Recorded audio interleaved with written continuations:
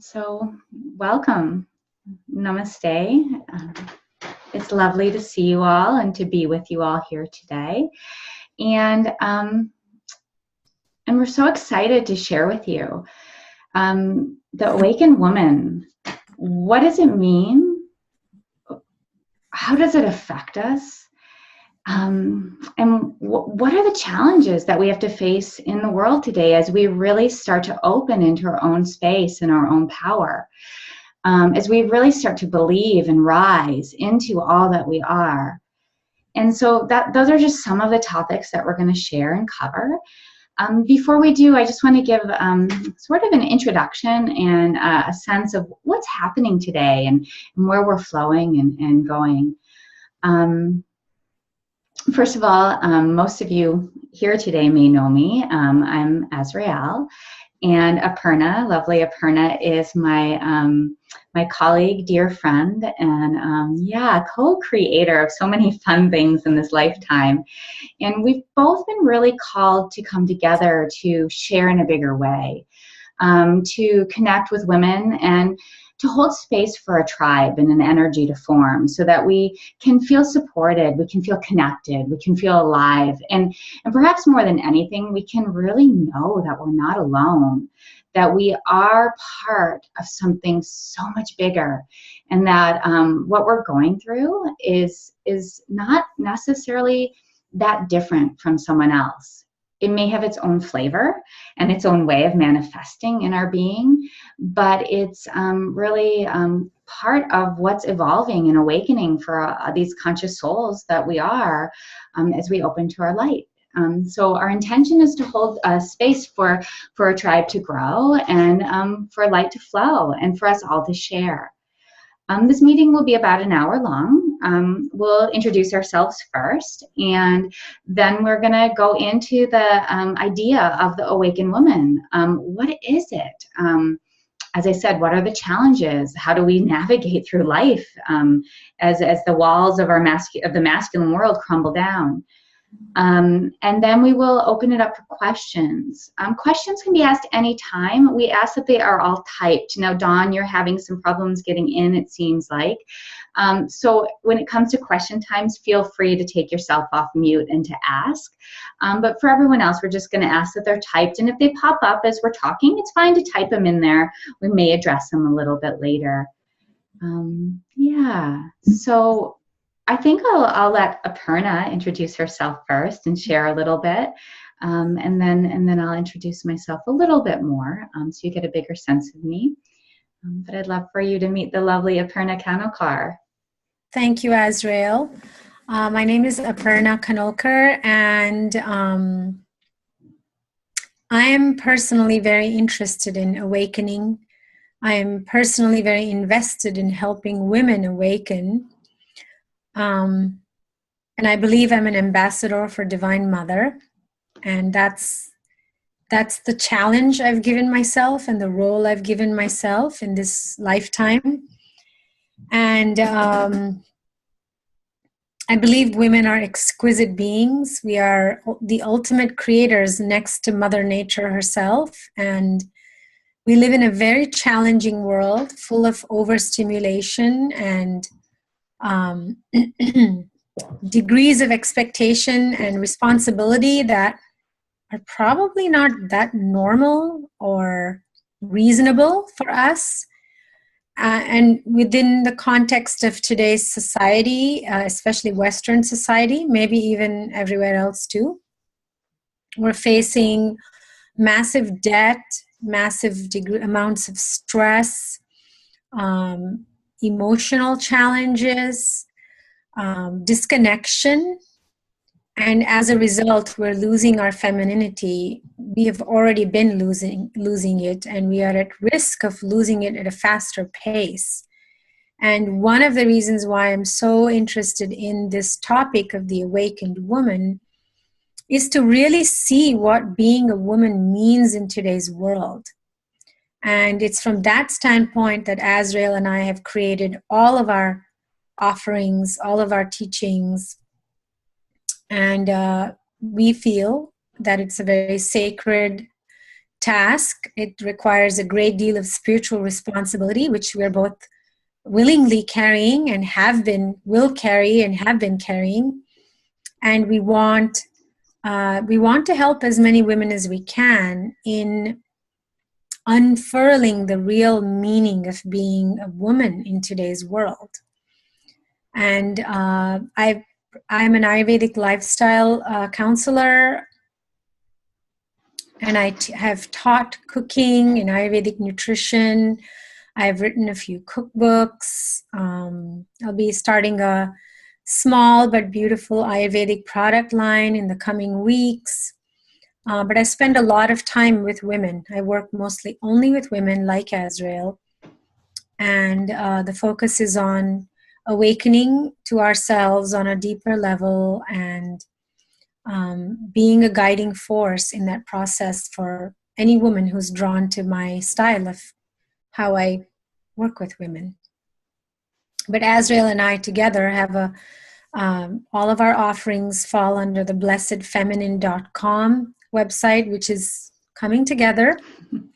And we have several annual and biannual presentations that we offer. But regardless of all of that, today we're only deeply interested in exploring this idea of what it means to be an awakened woman. So I thank you all for being here and taking the time to even ask yourself what it means, who you can be as an awakened woman. And together we'll just go a little deeper and explore and learn things about ourselves. And thank you all so much for being here. Okay. Thank you. And Aparna does truly channel the Divine Mother and just the Divine Heart, right? That's one of the things that that I think, we all long for bliss and we all long for connection with our heart. And unfortunately, or perhaps fortunately, because we were born in this age so that we could really awaken to the beauty that we are, the divine feminine shines in the heart. It shines through every part of us, but it's where it can be fully held and realized in the blossoming heart. And I know for myself, I'll share a little bit about my story in a few minutes, but my heart's been covered with a lot of anxiety in my life and a lot of stress and a lot of other stuff that's been pretty uncomfortable. And it's something that's shifted. As I said, I'll share a little bit in a few minutes. But one of the things that I really appreciate about Aparna is that her heart just is so authentically bright and shines so clear. And not that you don't have your moments too, as you're a human, but it's something that I can always really feel that beautiful and creative bright source shining through you. And when we see it in others, right, it can always draw it out in ourselves, and it can always bring that light out into ourselves.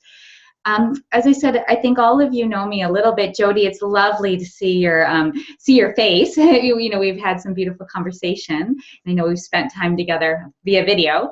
But yeah, I'm Ayurvedic practitioner, spiritual counselor. I'm a healer. That's what I'm here to do, is heal and guide. I'm here to guide and really tapping into that guidance, however it wants to flow. And for me, more about what I want to do, or what I do, or how I present myself on the earth, the honoring myself as a guide for others has been a big piece of stepping into the divine feminine for me and allowing that feminine energy to run. Because I'm a provider, and I got to work hard, and I got to get things done, and there's this structure, and I got to do the things I can, make money or survive, even though I love them. Maybe they wouldn't be the choice that I would choose to really live out my truest potential. And so as I own the fact that I'm here to guide others and to share with others, and to perhaps lead and hold sacred space, it really is an honoring of that divine feminine, because I think for a lot of us, we've gotten locked into the beliefs and the patterns and the ideas that we can't have it all, and that we can't trust our divine right of what we're here to do. And it doesn't matter if we don't know what we're here to do. I'm 43 and I'm sort of figuring it out now. But, in America, I know for sure we're taught, go to college, do this, and are 18 years old, decide your life. It's like, come on, but we learn to think that way. And then that creates stress and anxiety and patterns and frustration. And so I think that's one of the things I want to share most about myself is just I'm really excited to be here to do what I do and to trust in that process and to watch it unfold. And so I'm really thankful to you all for being here and for arriving. I would like to ask Aparna if she'd be willing to share a little bit, and then I'll share after, just your story, a little bit, not necessarily, it can be your personal story, but your challenges, like how, when you think of coming into the space you're at now, what are some of the challenges you've had to face, and how has that sort of opened for you? How have things moved and shifted?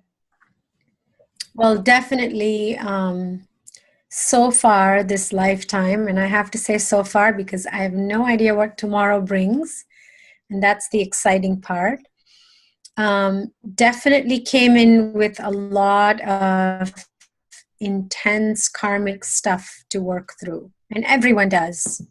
So I don't want to say that mine is worse than everyone else's, but from a very young age faced many things, and I'll just give you guys the highlight, and that is that I really have come here to finish my karmic pattern around judgment, and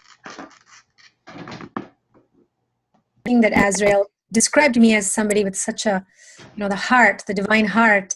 But honestly, there cannot be a divine heart unless you work through that judgment and the criticism of yourself and others. So I feel very honored that she sees me in that way. But a few years ago, I would not have described myself as that. And it is a very painful place to be in, the place of judgment and criticism of yourself and others, because your heart essentially is closed off. And really, one of the fundamental aspects of the divine feminine is the heart. And if that's closed off, you can't really manifest a reality of the divine feminine within yourself. And so I didn't even know. That's the interesting thing about evolution, spiritual evolution. You come and you come into the world and you don't even know. And then slowly you start experiencing certain traumas and challenges, and you see it perpetuating itself in your life. And after a certain stage, a certain biological age or emotional maturity sets in, and you ask yourself, wait, why is this happening again? Why am I creating this again? And I believe that's the beginning stage of every awakened woman, is you start asking yourself, forget X, Y, Z. Why am I the common denominator in everything that's unfolding in my life? And that's when the door opens. And, the antidote to judgment and criticism of yourself and others is really just compassion. And it is the complete opposite of judgment. Like, you are really able to see another person's experience as though it is your own, and therefore you are able to understand what the choices they've made or the choices you've made. And that's what opened my heart, and that's what also taught me to build my relationship to Mother Divine. And I know that's my future. My relationship to her is my primary relationship, and everything comes from that relationship, and that she's the sustainer of all that I am and all that I want to be, materially, spiritually, psychologically, on every level. And that requires so much surrender and trust. And in my observation with my clients and even myself, even now, there are moments where I forget about the surrender, where I get lost in the worldly, whatever, trappings of things that are needed of, of me, and responsibilities, etc., that I forget that I have my deep connection to her. And I can create, as a woman in a relationship with Divine Mother, I can create anything I want. And ultimately, I am responsible for everything that I create in my life. And that is also another door opening to the awakened woman. It means that, it doesn't mean that all the bad things and the abuse that has happened to us is now, that it doesn't matter. What it means is that now we're in a place of responsibility versus finger pointing and blame. And it also means that we are able to respond to life. It doesn't mean we have to go and slay all the dragons of all the darkness in the world. But we recognize we have the option and the ability to respond to life as it comes. And it's not always pretty. And lastly, to know that whatever comes our way is there, it is purposefully here for our evolution. We're not victims of anyone or anything, but it is here for us to awaken. It is here for us to create a victory for ourselves. And therefore, all of life experiences have the same value, and really the idea of good and bad is now shifted to what can this teach me about me? And that's when judgment has left and responsibility and compassion has blossomed in the heart. So I'll stop there now, because I could go on and on about this. And well, I think it's really potent, like you've mentioned, and I think there's so many points in there. I want to be typing in questions because there's so many beautiful points. Is that there's an aspect of honoring and realizing and taking responsibility, and then there's also the aspect of surrender and also trusting in the Divine Mother.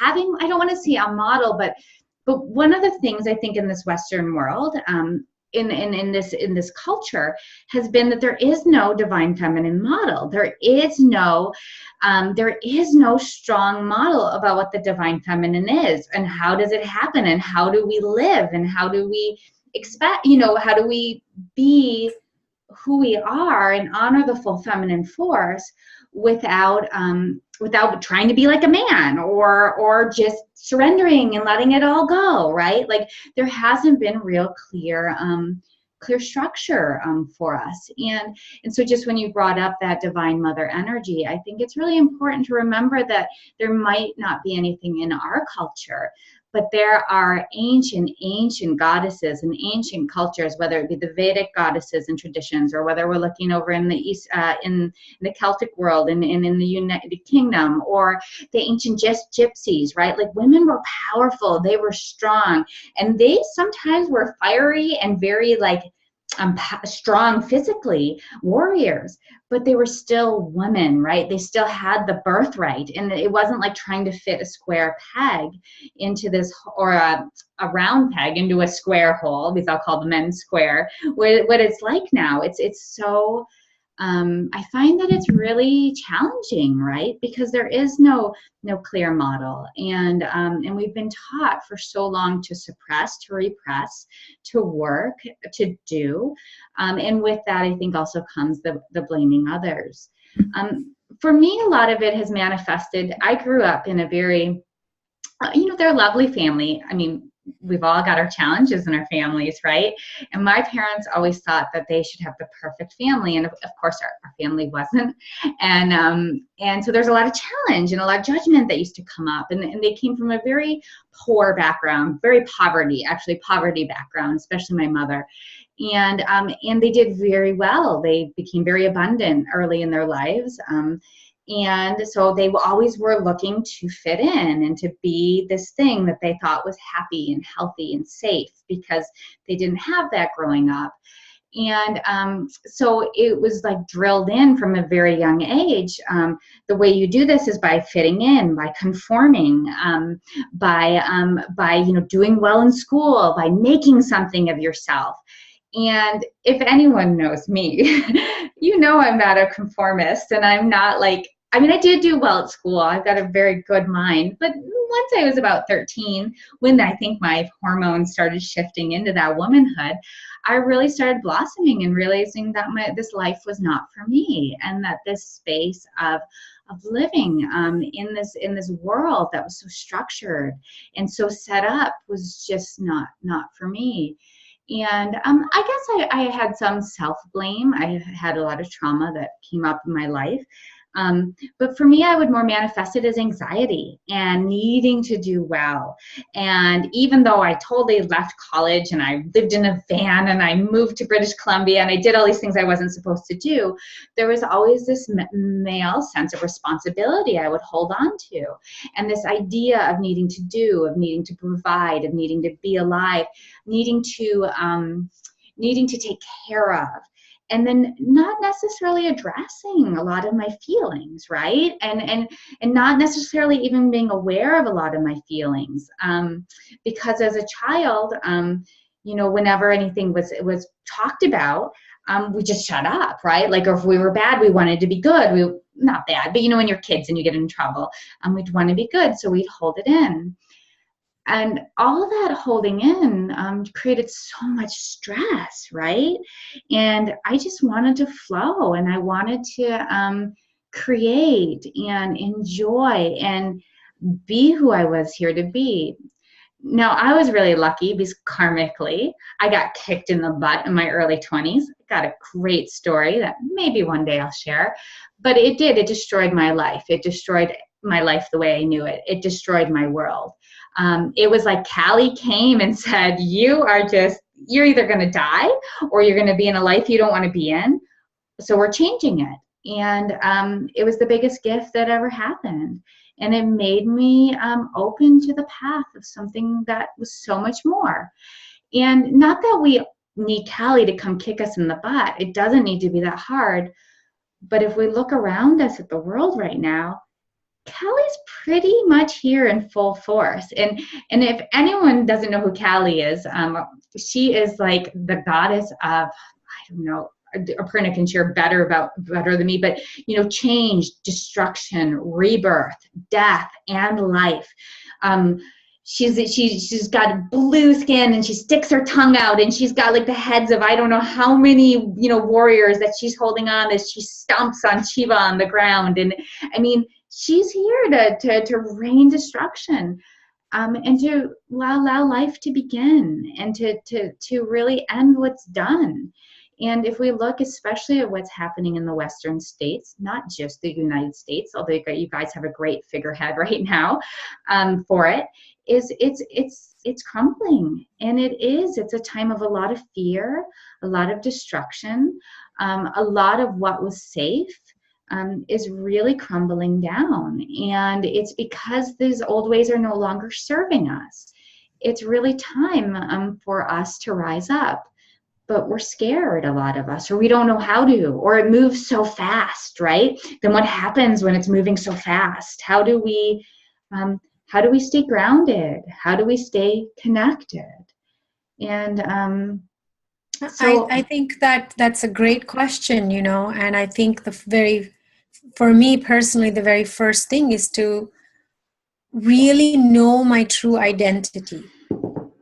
And my identity can no longer the option of, I'm Indian and I'm from this caste and this is my family status and I'm light brown or dark brown, or all these material world identities we have, they're collapsing. And if we don't collapse them willingly, they will be collapsed for us.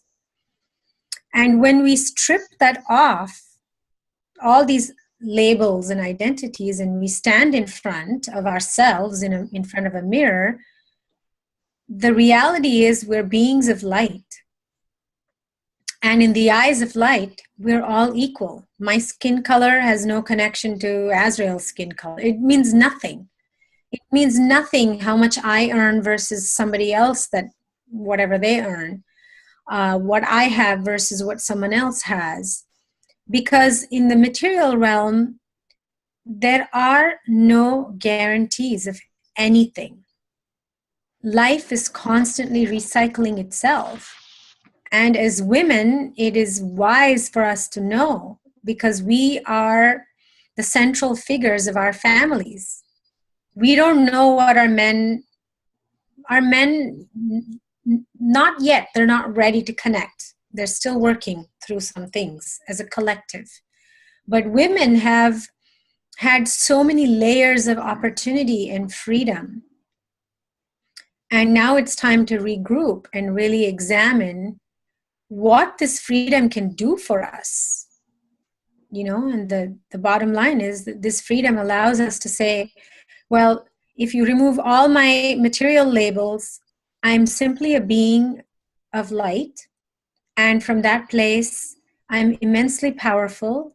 I carry the truth in me, universal truth, not my truth, which is a very fashionable statement to make. I really don't even know what that means, because my truth can change every day. So it really is not the ultimate universal truth. And to take responsibility for ourselves from that identity, which is I am a being of light, and everything I do is going to be filtered through the light. Not my ego, not my identity, not my, whatever my mind is, crazy story my mind might be telling me today, and to really stand firm in the truth of the light. And to know that in the eyes of the light, we're all equal. In the eyes of the light, there is so much love, we can't even fathom it. And when we experience life through the lens of light, there's a certain mystical quality to it. There's a certain flow to it. There's the most beautiful order to it that our minds cannot even fathom. And this opportunity is in front of us right now for each and every one of us to sink into this and say, okay, if I took all this away, who am I? I'm a being of light. And how do I experience this being of light business? How do I do this? How do I stay awake in the light? That's the challenge. That's the opportunity. How do I remember, right? Yeah. It's really just about remembering. And I think that we face these unique challenges right now, right? Because we're overworked, we're overwhelmed, and we're running again with these stories that are not serving us. Like, we don't rest, we don't connect, and we don't, and again, I'm not talking about us necessarily, but I'm talking about society as a whole, where we don't allow ourselves to come to the space to really remember the light. And I think that it's really important to remember, or to be aware of these challenges, right? And I think some of these challenges can be life, right? Life will bring us times where we have to work harder, or we have to do more, or karma can. Again, why do we have to continue these patterns? And some of it are these deeper patterns that we hold into ourselves, right? These seeds of old energy that are saying, well, we've got to work so hard or else, or I can't just relax and trust and then feel overwhelmed, right? And I think it's really important, right? Like that when we notice the light, or when we have these feelings, that we just even stop for a moment and just say, is that truth, right? Or what is really more important? Like, do I need to get these dishes done and like get the laundry done and get the house clean? Or what would happen if I stopped for 30 seconds, right? Just stopped for a moment. Like, what do we need to do, like, to move through as a whole, to move through these challenges?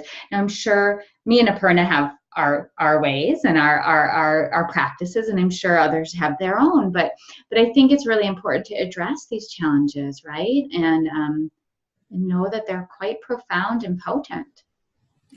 Yeah, and I love what my spiritual teacher says, that until you learn to manage your mind, your body, and your emotions, your life will remain exactly where it is. Mm-hmm. And I would like to claim that that's pretty much what Azrael and I do.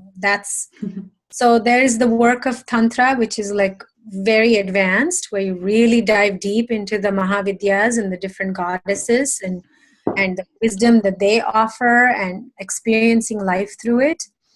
I feel like what we do is even more like the first stage, because in my experience, and I know Azrael will agree with me because we've talked about this, women are actually disconnected from their bodies, and therefore they're disconnected from their emotional body, and therefore their hearts are not even fully open. Yeah. And so we're very happy to be the, be the first floor. Like everyone comes through the first floor, because we feel like we're very skilled in guiding women to experience the body in a different way, to experience the emotions as a like a torch that leads you to the next level of evolution. Yeah. To understand your emotions, to feel your emotions in the body, to allow that energy to move through. And then one is ready for deeper work. But go ahead. Oh, I just think it's really key. And I think it's beautiful that you brought this up. And this was one of the biggest aha moments for me. And you guys here today may have felt it or may not, or have gotten it. But two, it's to move the emotions. It's to be embodied, as Aparna says. I mean, we're so used to being out here, right? And it's really about being in here, third and fourth, really, chakra. But we know we're not our mind, right? Like all of us are like, oh, those are just thoughts. We got that. How many of us as women really know that we're not our emotions? That when that anxiety comes, or that sadness comes, or that anger comes, that's not us. That's not who we are. And I think that's a really big step, that to just, again, to realize and to feel those emotions, and then also to say, oh, who's feeling this? Or what is this? And sensing it, instead of being like, oh my God, I'm so sad right now. You might still say I'm so sad right now, but that's sad. What about, oh, I'm just feeling so much sadness moving through me right now. And it's something so little. But for me, that was one of the most profound things when I got that I was not my emotions. Oh my God, like life just changed. Like the anxiety was like a roller coaster that I was like, oh, yuck, but oh, well, there it is. And it's not me, right? But it's very powerful. Sorry. No, go ahead. It's very powerful you're saying that, because there are literally divine feminine movements in the US right now that are very emotion based. Get your rage out and, just speak your mind. And I'm not saying we shouldn't, but there's a way to experience your rage that is profoundly healing and that moves us through to the next phase of our spiritual evolution as women. Or we just think that if we learn how to tell our men, how angry we are with them and how rageful we feel, and to go to hell or whatever it is, that suddenly now we're inspired, awakened women. We're not, our emotions, they're giving us a message, but we must move through it. And from that standpoint, what Azrael and I are doing is very different than so many of the goddess movements that I follow, because I want to know what's happening in the world of women. Yeah. I read articles and blogs and watch videos, and we're not interested in simply massaging somebody into like, oh yeah, really like feel that rage and feel the whatever. And, it's so normal. Yes, emotions are very normal, but they are simply messengers that need to move on. Like we don't want our mailman to move into our house. Mail, So similarly, emotions, they give us a message, and then we get to allow it to move out of us. Otherwise, it will seek residence in our physiology. and in our mental, emotional body, and, you know, create a lot of havoc down the line. And then that gives us that's where we have the opportunity to identify with them, right? Because we're like, oh, they're there, and we're just feeling it all the time. But it really is, and as you said, expression is so important, and being part of it. But it's that expression, perhaps through saying something, or perhaps through just feeling the energy as it moves. But there's just so many layers, right? And as we become embodied, because an awakened woman is an embodied woman.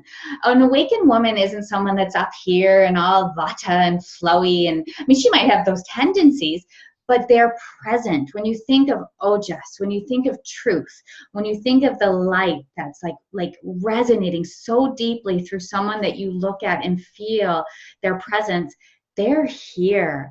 They're grounded, they're connected, they're in tune with the earth. And I think that's another point that's really important to bring up, is that feminine energy flows from the earth. It flows up through us. It is grounded earth awakened energy. It's in the heart where it meets the masculine and can fully I guess, meld together and express in the masculine and feminine way together. But it rises up. It is the divine Mother Earth, Pachamama, right? It's like it comes from the earth. And so it's you know, it's sort of funny, like all the things that we don't do, like even us Ayurveda people, I know everyone here knows quite a bit about Ayurveda, but, you know, we stay up too late. We listen to too much technology.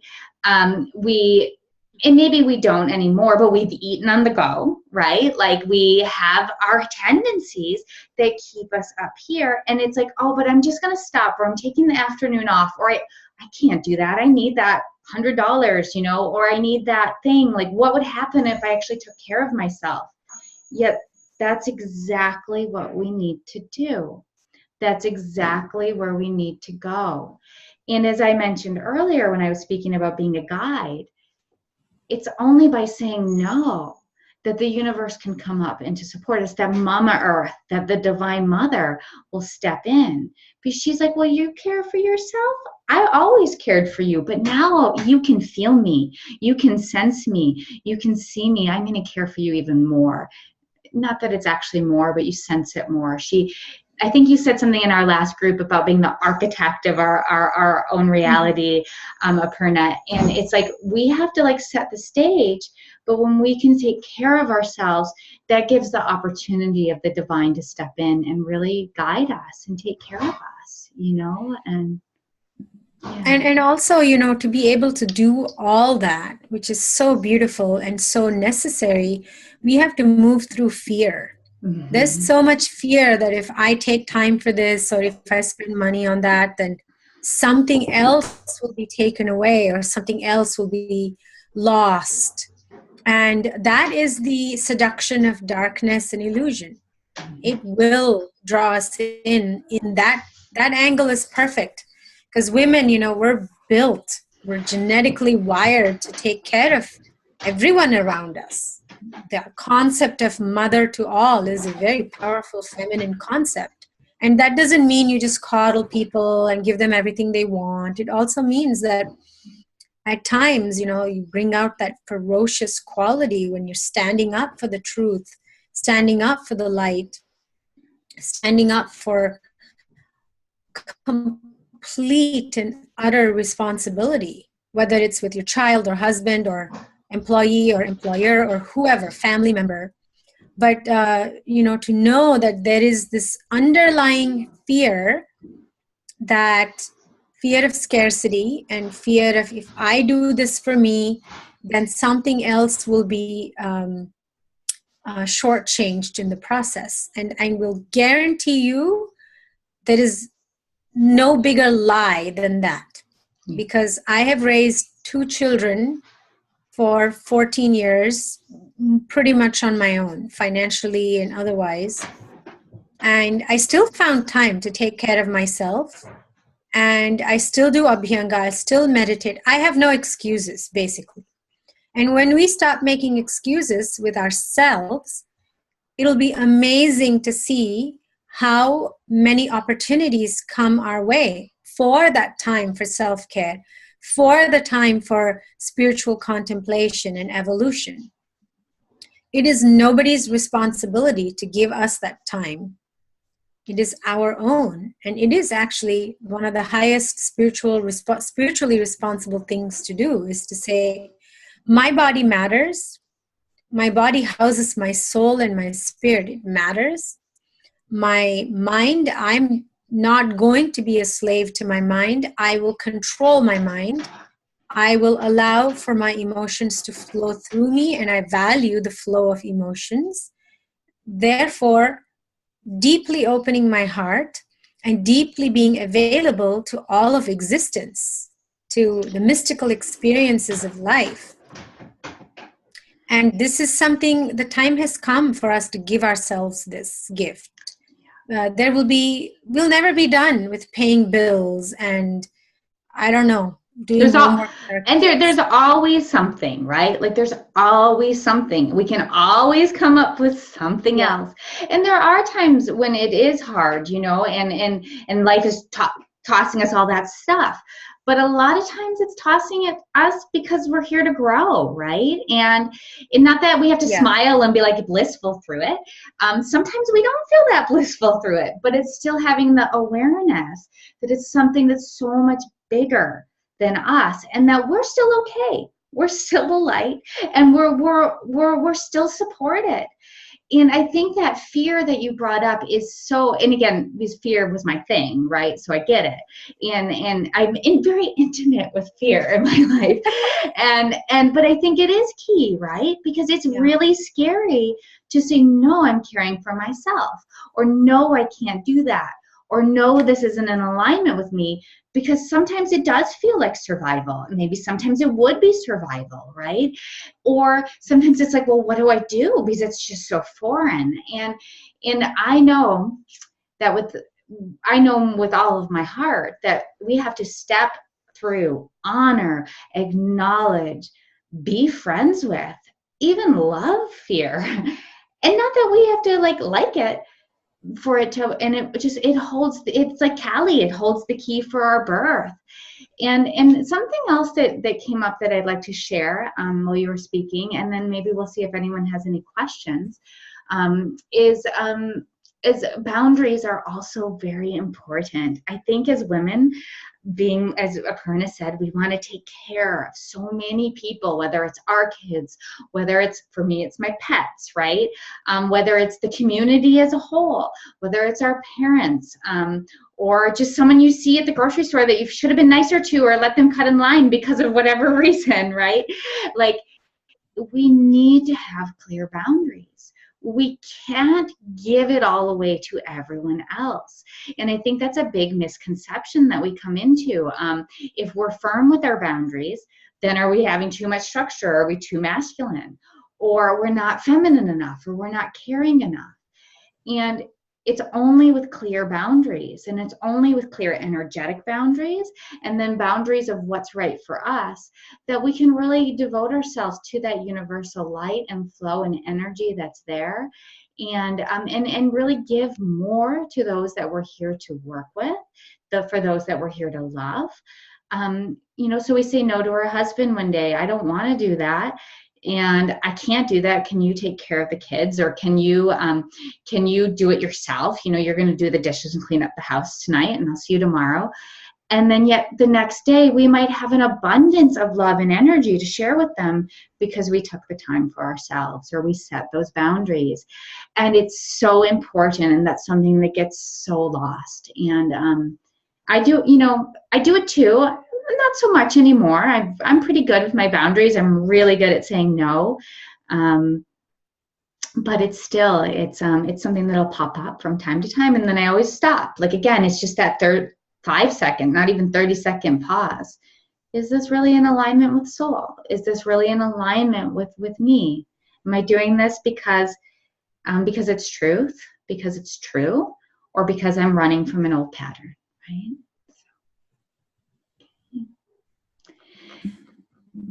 Does anyone have questions? And we invite you to type them, except for you, Dawn.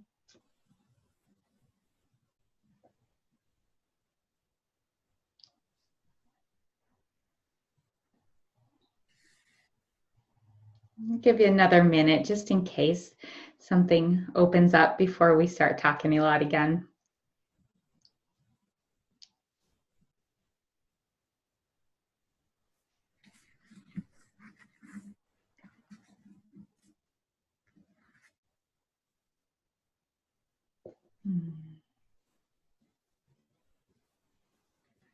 Well, we certainly hope that we've created some kind of spark in you, where you ask yourself certain questions, or you question how you're doing things in your life, how much more your womanhood can be going forward. And it's really, the potential for it is endless. There are, you could, I do, I offer my whole day to Divine Mother and say, this is all for you. Everything I do today is for you. This is my gift. This is my contribution to the world, whether I touch one person or just my kids, or it doesn't even matter. And also, Azrael and I want to invite you personally to our upcoming course called The Elemental Woman. Now, this is a very important foundational course that we've created, because until we understand our relationship to nature herself, we really can't fully understand ourselves. And we don't mean like, oh, I'm fiery like the fire. We mean much deeper than that. We mean like, how do the elements manifest in us? What are some ways that we can harmonize and balance the 5 elements in us? And we have curated and accumulated some of the most beautiful rituals. Very simple, doesn't take much time. It's very subtle and sublime rituals that we're going to share with you. It's a 5-week course, and it's once a week for about an hour and 15 minutes. And it's called The Elemental Woman. It starts on January 31st. And we're very excited. We would like to have 5 women at least, but preferably more, but we need 5 women. We want 5 women who are curious, who are willing to be experimental with themselves, who are willing to dive in and say, wow, I really want to deepen my relationship to nature, because the nature out there is the nature in me, and I want to harmonize and balance my body, my mind, my heart, and really enjoy Mother Nature like we did without even thinking about it when we were young girls. We just frolicked and played and basked in the sunlight and moonlight and everything in between. And we know for a fact that connecting to these elements will be life-changing for us. And it's a relationship that every awakened woman must nurture again and again, like every day, because we are Mother Nature, and Mother Nature is us. Well, I think it's a recognition too, and I think this goes along with our and I love how people are typing in the chat box. So I'll read those out in a second. But I love how I think it's important that it's a recognition of how we are not separate from nature, right? And I think when I think of what it means to be an awakened woman or to be arising as a woman in the world today, it really is about connecting with the elemental forces of life, the light, the space, the air, the water, the earth, the fire, and really connecting to things in a way that's different than just our mind, right? Just perceiving with our mind. And I know a lot of you have done work with me before, and a lot of what I do is very subtle work, and it's powerful and it's amazing and it's beautiful, and yet it's just, I don't want to say it's even more powerful, but there's just different facets when we're actually working with certain elemental energies and elemental spaces and in places. When we're touching into the fire and really like honoring it and having something palpable, I guess, to work with instead of just the very subtle energies. So it is very exciting, and I think to be sharing this course. And I think it's a very exciting time to also be here and to remember that we are all parts of nature, that these elements connect to every cell and every part of our body. Out of space and sound came life. And from that space came the wind, and then came the fire, and the water, and the earth. The touch, the taste, the smell, the senses, it's all connected, and it's all us, right? Yeah, so join us, or let people know about it too, if you like. Let's go on this beautiful journey. It's I've been reading and listening to a lot of different Vedic astrology podcasts, and just the massive transformation of humanity that's coming up. We're already in it, but it's going to intensify. Mm-hmm. Oh, and then you think, can it really intensify? It can. I know. Yeah, it really can. And one of the ways that we can prepare for it is by really deepening our relationship to Mother Nature, because it is predicted there will be many weather pattern changes and things like that. So we can pacify Mother Nature. By pacifying Mother Nature in ourselves, we can influence, and these things are talked about in Vedic literature from thousands of years ago. There are ragas that can make rain, and then there are ragas that can create cold weather or create warmth in the environment. It's nothing new.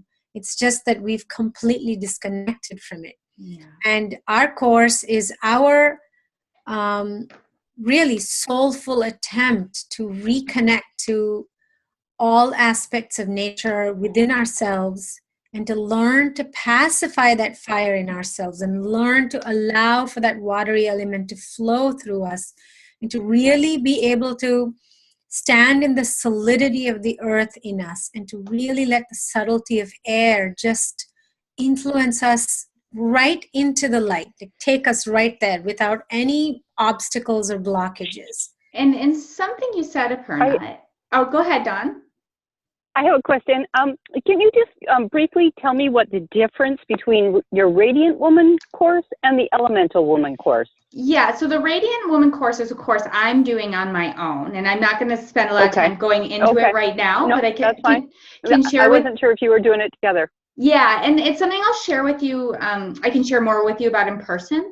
That's more of a coming into the intuition, the light, the self, whereas this is really about connecting with the elemental energies and really allowing the elemental energies to support the space and energy and flow. So this is not a personal, well, it is personal growth. It's all personal growth, right? But this is more a sense of really connecting with the space and the energy of the elements and feeling them in the body and supporting them, where the other course is more about a personal growth and coming into the self in a more that's in a quick way, and I can share more with you about it in person, Dawn. So. Perfect, thank you. Yes. I did want to address a comment, a very powerful statement. Learning to separate myself from my emotions would be life-altering, and that is profound, because when we live our life only from the place of our emotions, oh, I feel this, and then I feel that, and we go through the ups and downs of our emotions, we're only living a half life, because the message that emotional state gives us is far greater than just the emotion. So when we feel the emotion, we let it flow through us, we let it dissipate, it doesn't settle anywhere, but we get the gift of it. And when we get the gift of it, we can really stand in the light and say no to this, and definitely yes to that, and I'm going to do it this way. Like, there's a certain certainty that comes in that is unshakable. Emotions are like that, the leaves in the fall weather, they're just fluttering, you don't even know what's going to happen next. But when you allow those emotions to flow through, then there is that unshakable quality of the light and the truth that completely penetrates our being. And from that place, life is exquisite. It is so exquisite. And I want to comment too on Mukti's comment as well, is when it's these times of extreme sadness, and I'll read it actually so Dawn can hear it. For Mukti said, for me, it's learning to finally let go and learn to not grip the emotions so tightly, especially the sadness. So much is opening for me and trying to come to terms with it all. And so when we're in these periods of extreme sadness and extreme energy in space, it's like there's almost this exquisite beauty in that too, right? Like there's almost, if you could like feel that intensity when you're in it, it's so intense, it's almost beautiful. And not that it's fun, but that there's a beauty or a sense or a place in there, right? And so one of the things to do is to know that sometimes there are periods where these emotions are so intense, or they are so powerful, or they are so extraordinary that we can't control them and we do get swept away.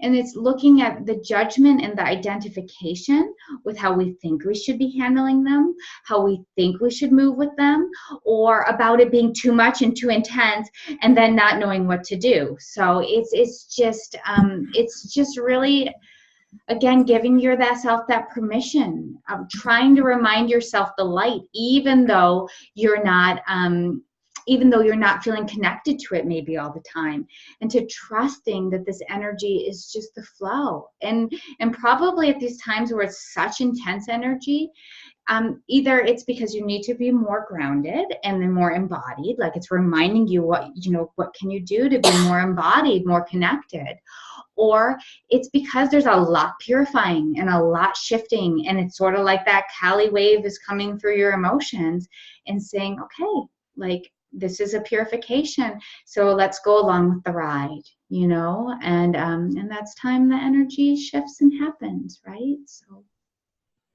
and to really allow for that spiritual maturity to come in, where we don't weigh and measure things as good or bad, ugly or beautiful. I mean, if we look at the tantric goddesses, they're not pretty. They have droopy breasts and they have ugly hair and they're fat and whatever else, So when we get out of that, placing a judgment value on an experience, on an emotion, on the intensity of a life experience, both pleasurable and painful, we can really take the juice, the essence of it. Mm-hmm. The moment we get into the good and bad, we're also saying life is supposed to be only one-dimensional, and that's another lie. I don't know who taught us these lies, but we've all believed them, Yeah. It's supposed to be always good and always sunny and always perfect, and we would not evolve at all. We wouldn't even know the word evolution. We'd just be like this, one-dimensional, flat, just everything's good. We'd be lazy, in so many ways. Well, we were born into this time for a reason. We were born into these bodies for a reason, and we were born into these lives for a reason. And I think it's really important to remember that for us all too. We're in Kali Yoga, right? Like we're not in like the nice, peaceful, like angelic life, right? We're here to grow. We're here to shift, and we're here to expand. And we're here to help create it. We're here to create more light and expand more light. We're not here just to take. We're here to contribute.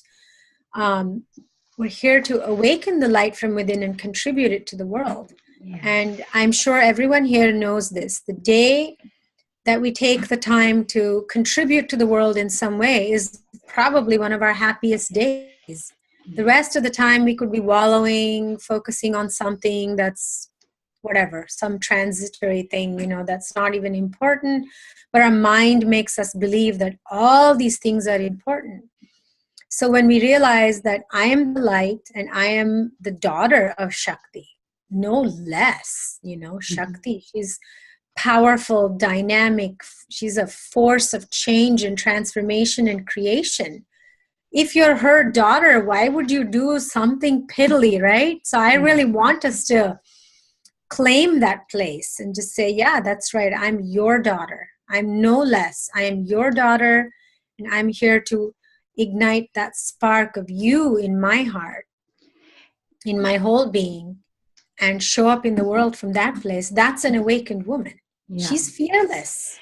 And she stands in the fear. She stands in the fire. She stands in the grief. She stands in the anger, and she transforms it all and rises. I don't even want to say well, she does rise above it, but rises with it and transforms all. And I think what I'd like to leave it with as we close is to remember everything that's going on in the world right now is just a reflection about what's going on in ourselves. So as we shift and transform and own our birthrights, own our divine birthright, and stand in the divine intelligence of who and what we are, then that radiates far further than what we know and what we can see. It touches everything. And so it's very exciting times. And I, just because I know both Mukti and Jody shared a little bit about the emotions. I've been through it, and not that I don't honor where you're at, because I know how much how hard it is. But just to know if I can do it, anyone can do it, right? And so you're not alone, and yet there's also a space for you to really transform it. And right now, just to feel it and let it flow, I do want to let everyone know as well, we're going to be setting these meetings up monthly. We're experimenting with times a little bit. So today it was at 4 p.m. PST, 7 Eastern time. Our next meeting will be February 15th. At 6 PST and 9 Eastern time, and we're just going to see how it flows. We will send out a reminder to everyone that was in the meeting today when we get close. I also send it out in the newsletters. We'll post it on Facebook, all that, and so does Aparna. So we would love for you to join us. These will always be free. They will always be a conversation. So feel free to share with others. And I want to thank you all. Please invite your friends. Yeah. Invite your friends. And we want to build this. We want 30, 40 women with us once a month, asking questions, sharing their experiences and comments, and really get this discussion going so collectively we can help transform this, whatever state that this world is in. We can play our part in doing something for ourselves, and as a result contributing vibrationally to the upliftment of this world. And we can, as daughters of Shakti. Yeah, it's time. Let's expand the tribe, and let's create the sacred temple. Is really, it's time.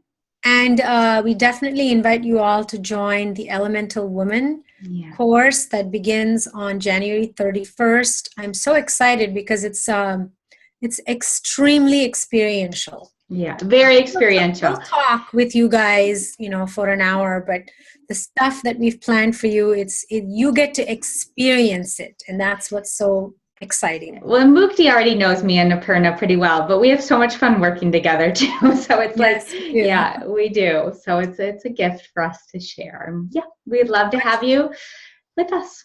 So, much love to everyone, and thank you so much for being with us today. So much. Namaste. Namaste. And Dawn, we'll figure out the recording. I mean, not the recording, the phone thing next time. I don't know what happened. So, yeah. No worries. Thanks so much, guys. Glad you could make it. Love you all. Namaste. Namaste. Namaste.